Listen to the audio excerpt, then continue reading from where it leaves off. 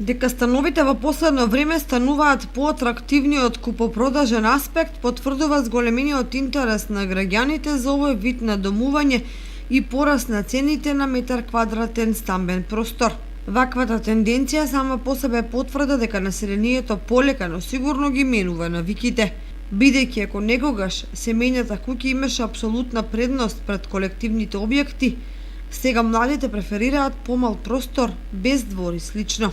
Во нашата држава просечната цена за метар квадратен стамбена површина во 2018 година достигна 43.155 денари, што е за 3,2% повеќе во однос на 2017 година. При тоа нескапите станови се продаваат во Скопје, каде просечната цена за метар квадратен изнесуваше 46.764 денари, што е за дури 7,0% повеќе во споредба со претходната година.